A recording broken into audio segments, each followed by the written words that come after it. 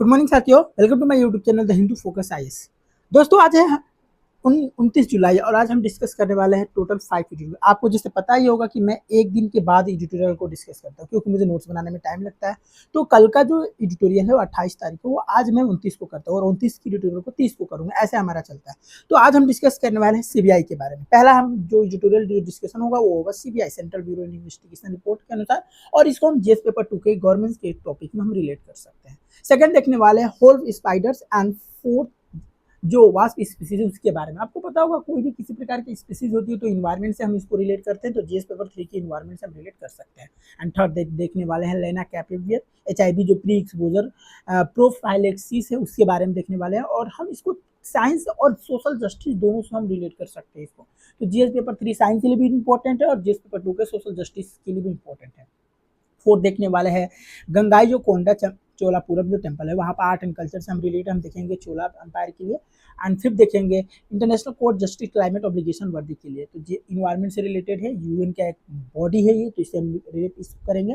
तो हम आज देखने वाले हैं टोटल 5 एडिटोरियल। सबसे पहले हम लेट्स स्टार्ट करते हैं सीबीआई के बारे में। देखो सीबीआई क्यों न्यूज में है, आपको पता होगा कि सीबीआई ने अरेस्ट किया है in the cyber crime cases, जिससे 3 ऐसे केसेस जो साइबर क्राइम केसेस जिसमें से इन्वॉल्व हुए, जिसमें 3.81 करोड़ का मल्य अकाउंट हुआ, और इसमें अकाउंट बैंक जो ऑफिशियली है वायलेट करती है केवाईसी नॉर्म और एडिटिंग फ्रॉड के लिए। तो इस सबसे रिलेटेड है जो सीबीआई इस पे काम करे, तो हम ये चलिए। अब देखो इसमें हम सबसे पहले बात करते हैं सीबीआई के बारे में। तो आपको पता होगा कि सीबीआई का गठन जो हुआ था 1963 में हुआ था मिनिस्ट्री ऑफ होम अफेयर्स और रिजोल्यूशन के अंतर्गत। अगर इसका देखा जाए तो ओरिजिन स्पेशल पुलिस एस्टेब्लिशमेंट 1941 से लिया गया है, और ये एक पेरेंट एजेंसी है मिनिस्ट्री ऑफ पर्सनल का, और मोटो इसका काम यही होता है कि इंडस्ट्री इंफैक्सिलिटी एंड इंटीग्रिटी का काम करे। सीबीआई का अगर ज्यूरिडिक्शन की हम बात करें तो ये करप्शन और इकोनॉमिक ऑफेंस पर काम करता है। स्पेशल क्राइम हुआ जैसे मर्डर हुआ, टेररिज्म हुआ, साइबर क्राइम हुआ, इन पर सबसे ज्यादा ये फोकस करता है।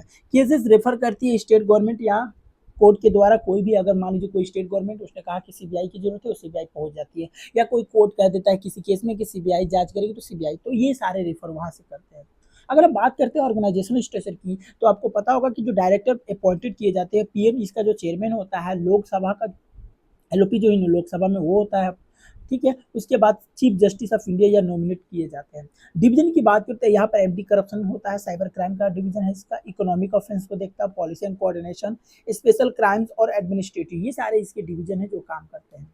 अब लीगल पावर ऑफ सीबीआई की अगर बात करें तो based on D SPA act 1946 के अंतर्गत काम करता है। और दूसरी चीज देखा जाए तो need a state government cancel and investigate with in the state, किसी भी स्टेट में जाकर इन्वेस्टिगेट कर सकते हैं। और can not be act suo motu, इसका कोई सुमो मोटो भी नहीं होता है। इशू और कंसर्न की अगर हम बात करें तो पॉलिटिकल इंटरफेरेंस होता है, एंड केस द कोर्ट के सुप्रीम कोर्ट के लिए इन्वेस्टिगेशन जो डिले भी होता है, और ओवरलैपिंग भी हो जाती है जुरिडिक्शन विद स्टेट पुलिस के अंतर्गत। अगर देखा जाए तो कई भी ऐसे पुलिस होती है जो कोऑपरेट नहीं करती है, तो वहां पर केसेस सॉल्व करने में बहुत ही ज्यादा टाइम लग सकता है।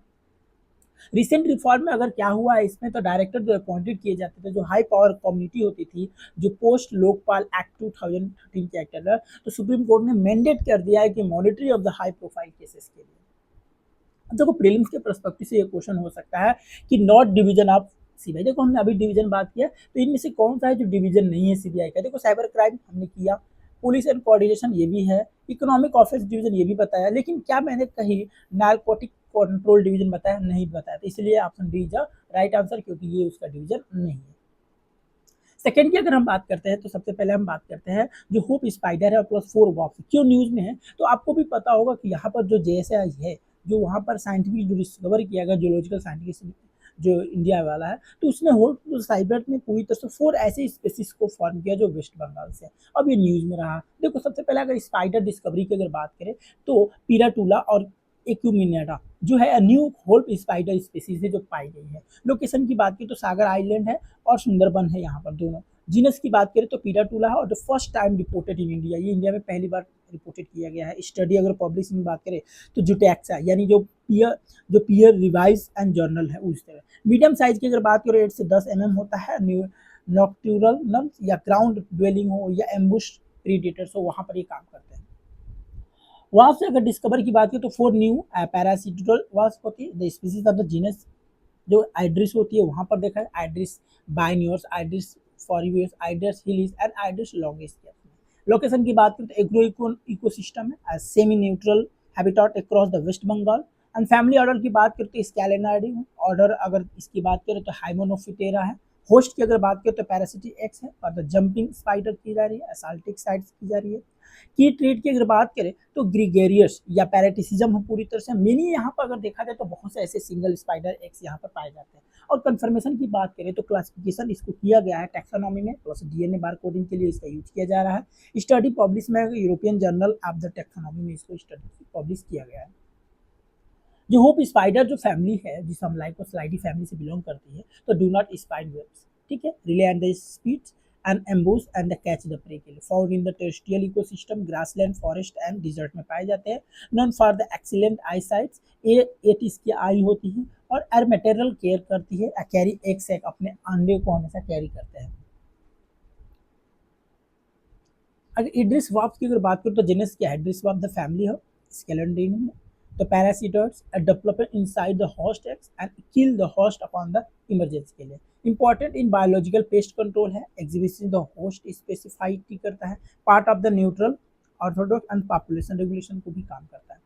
अगर जियोलॉजिकल सर्वे ऑफ इंडिया की अगर हम बात करें जीएसआई की, तो इसकी स्थापना 1960 में हुई थी under ministry of environment and forest and climate change के अंतर्गत। हेडक्वार्टर इसकी कहाँ पर है, कोलकाता में है। मैंडेट करता है survey and research and documentation of the India fauna के लिए, मेंटेन करेगा नेशनल जियोलॉजिकल कलेक्शन को। और ये भी देखा जाता है तो ये वर्क करता है टैक्सोनॉमी के लिए, सिस्टमेटिक के लिए, और ecological and biodiversity and conservation के लिए भी एक वर्क करता है। सुंदरबन और सागर आइलैंड की अगर बात करें तो इकोलॉजिकल आपको पता होगा कि यहाँ पर है। तो देखो ये है हमारा पूरा इलाका जो है, ये पूरा इलाका सागर आइलैंड है, पूरा बे बंगाल में पाया जाता है।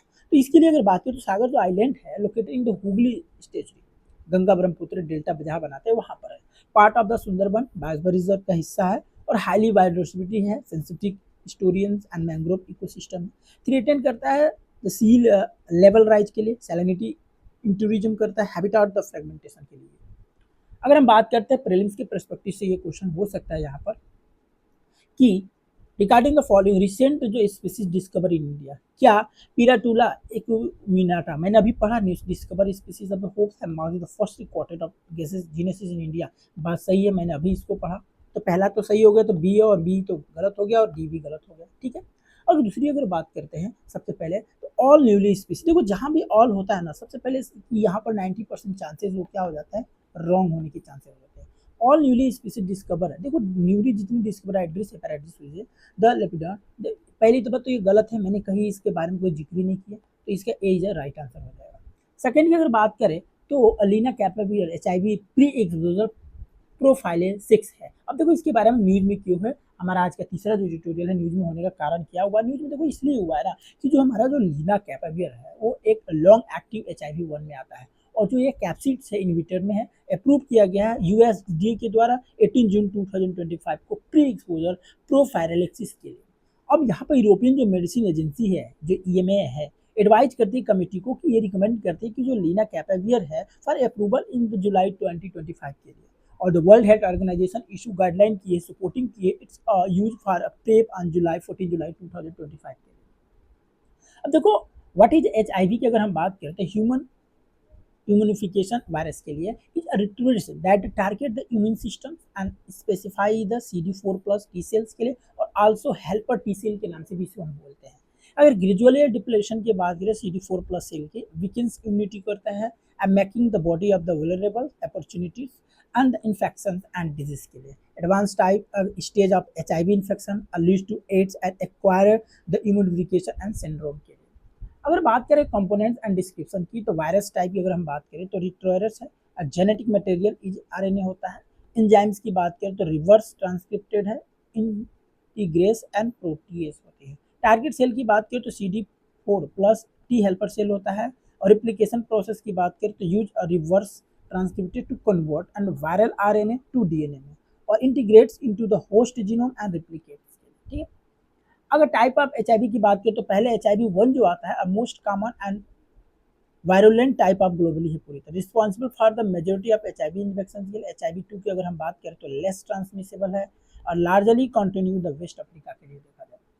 मोड ऑफ ट्रांसमिशन की बात करें तो unprotected sexual contact with the infected person है, अब ब्लड ट्रांसफ्यूजन है विद द कंटेमिनेटेड ब्लड में, share the needles and syringe के लिए, फ्रॉम मदर टू चाइल्ड की अगर बात करें during the pregnancy and child birth के लिए, अब ब्रेस्ट फीडिंग के लिए ऑर्गन्स ट्रांसप्लांट किया गया है फ्रॉम इन्फेक्टेड डोनर के लिए। HIV is not a transmitted through the hygiene, shaking hands and sharing the food and water mosquito one. इससे हम कह सकते हैं तो HIV ट्रांसमिटेड नहीं होता है।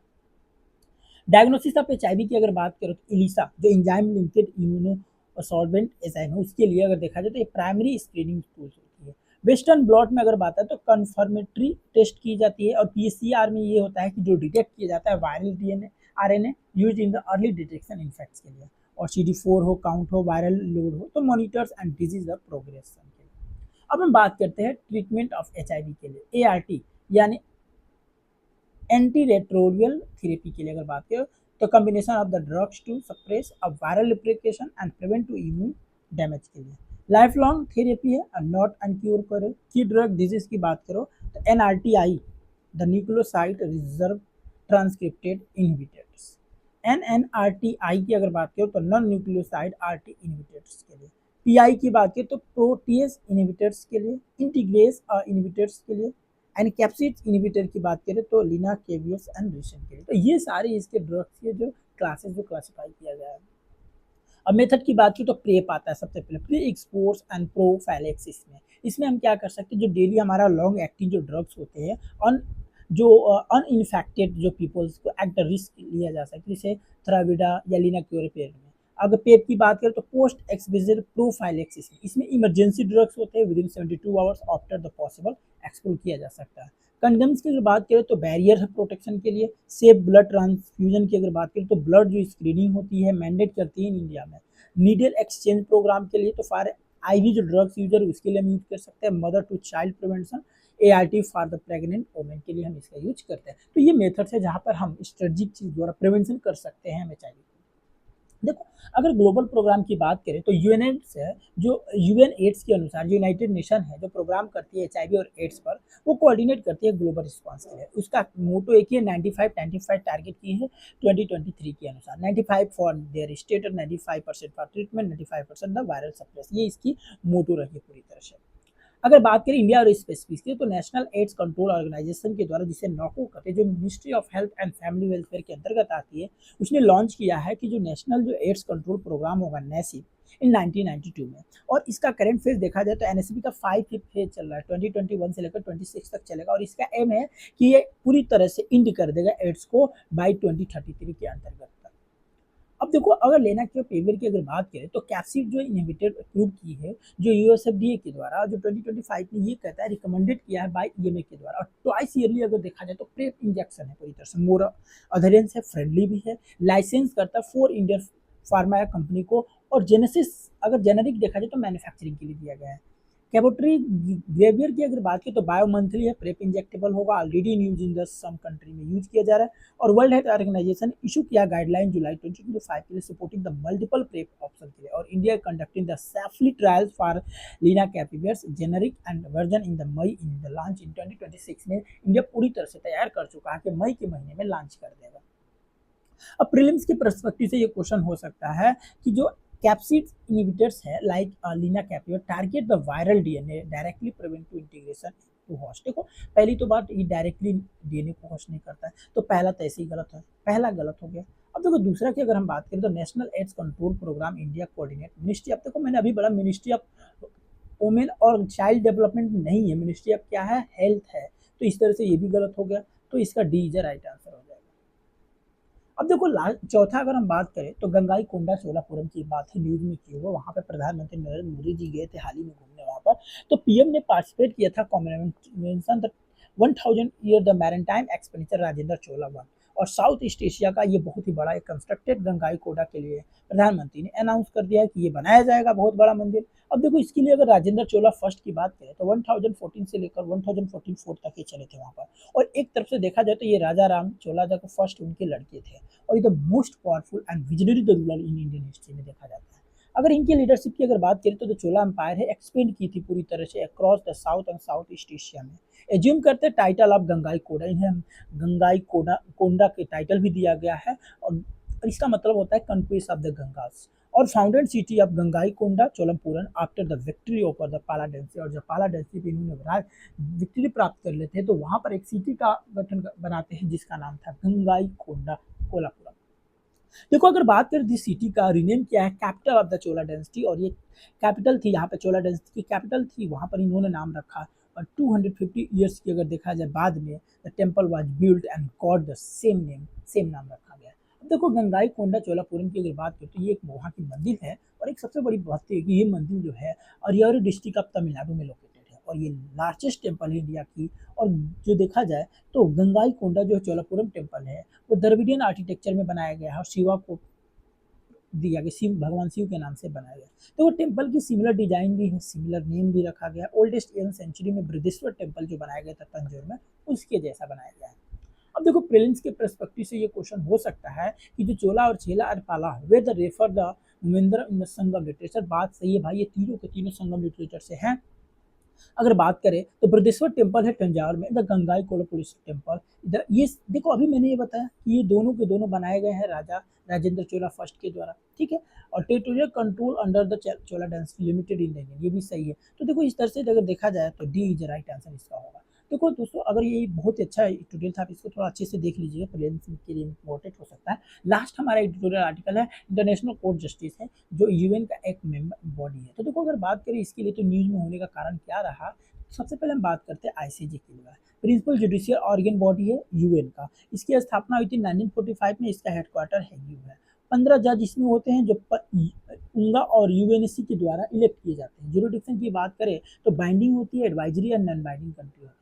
देखो अगर एक और चीज अगर बात करें तो फंक्शन की बात करें तो ये कहाँ पर इंटरप्रेटेड करता है इंटरनेशनल लॉ को, सेटल करता है डिस्प्यूट बिटवीन द स्टेट को, provide the legal clarity to the UN bodies के। इंडिया और आईसीजे के अनुसार देखा जाए तो कुलभूषण जाधव केस जो था इंडिया को गेन पार्शियल रिलीफ प्राप्त हुआ। Balbir Bhandari currently serving as a जज वहां पर देखा गया।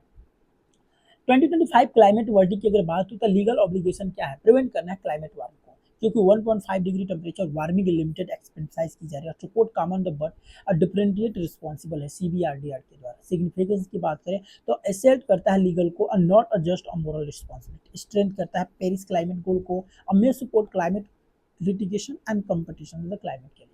अगर इम्प्लीकेशन की बात करें तो प्रेशर डेवलपमेंट करता है national to build and obligation के लिए, could increase the climate litigation and biodiversity species के। लिमिटेशन की बात की तो verdict in non binding, no enforcement mechanism होगा, पावरफुल स्टेट एंड इग्नोरेंस किया जाएगा। वे फॉरवर्ड की बात करें तो स्ट्रेंथ करता है लॉस एंड डैमेज फंड के लिए, प्रमोट करता है रीजनल एंड क्लाइमेटिक लिटिगेशन के लिए, री enforcement climate diplomatic and equality के लिए। कंक्लूजन की बात करें थ्रू एडवाइजरी के लिए तो international court of justice verdict powerful moral होगा, और legal guided towards a just enforcement on climate reason के लिए। मेंस के पर्सपेक्टिव से अगर ये क्वेश्चन देखा जाए तो क्या हो सकता है, देखो मेंस के पर्सपेक्टिव से ये क्वेश्चन हो सकता है कि express your view and international court of justice verdict and climate obligation and how it impact of the global climate justice in negotiation. देखो ये 10 मार्क का ये क्वेश्चन है, ठीक है, और 150 वर्ड में इसका आंसर आप लिख सकते हैं, ठीक है, और लिख के मेरे टेलीग्राम चैनल पर शेयर कर सकते हैं, मैं वहाँ पर आंसर शीट को देख सकता हूँ। इस तरह से आज की एडिटोरियल आर्टिकल को समाप्त किया गया, और कल हम फिर मिलते हैं एक नए एडिटोरियल आर्टिकल के लिए। तब तक के लिए अपना ध्यान रखिएगा। जय हिंद जय भारत।